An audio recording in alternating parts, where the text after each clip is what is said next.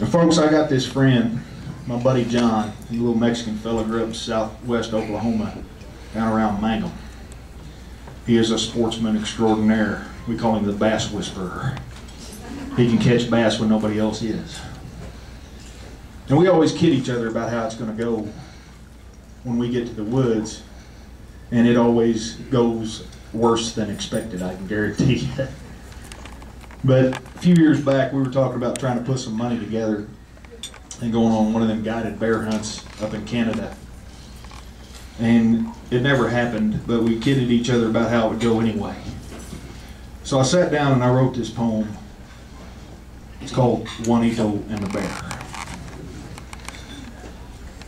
I was on this pretty beach someplace, laying there warm with the sun on my face, and bikini-clad girls served me drinks with them little umbrellas.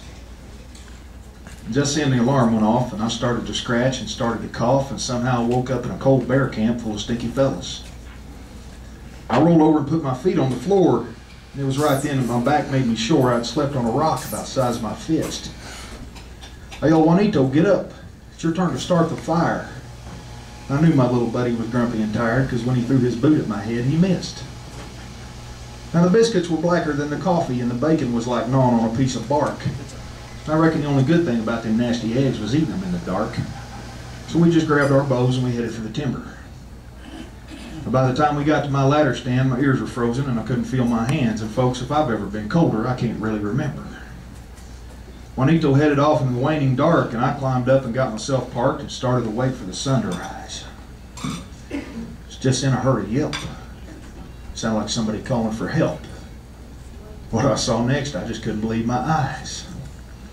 And here come Juanito tearing around a bend with his old fat bear chasing him, and boys, when they hit the straightaway, they was both pouring on the coals. They made a couple of laps around the place, and with a look of startled terror on his face, old Juan headed off into the timber. They was snapping them little trees off like tent poles. Now folks, I don't speak Spanish, and I can't rightly say what it all was I heard that day, but I reckon if I'd had one of them little dictionaries, I probably could have learned all kinds of new words, because I'm sure Juanito was cussing a turquoise blue streak. But all of a sudden the woods got quiet. I climbed down out of that stand, because the thought of what might happen to my friend made my knees and my stomach feel just a little bit weak. I followed their tracks expecting the worst. When I got to the spot, the thing I noticed first was Juan's track ended and the bears kept right on further. I thought, oh my Lord, it carried him off. What am I going to say to his pretty little wife, and what am I going to tell his poor little mother? Well, my thoughts was interrupted by this cracking sound. About half a second later, old Juan hit the ground. I yelled, "Juanito, speak to me. Are you dead?" Well, I seen everything was going to be fine. Kind of brought a little tear to my eye, seeing as how he took that branch he was clinging onto and busted me right on top of the head. I rubbed my noggin because it sure did smart. And Juanito took a quick inventory of his parts. We grabbed our junk and we headed back to camp. I told him, "You should have been in the Olympics, son, because I ain't never seen nobody as fast as you can run. I guarantee you, as long as they had a bear to chase you, you'd have been a champ." Now Juan, he didn't look any worse for the wear. He was a little thinner and had a few more gray hairs. Me, I was just glad I didn't have to fill out no missing person reports. We got back to camp, we was both kind of tired, so I put on some coffee and stoked up the fire.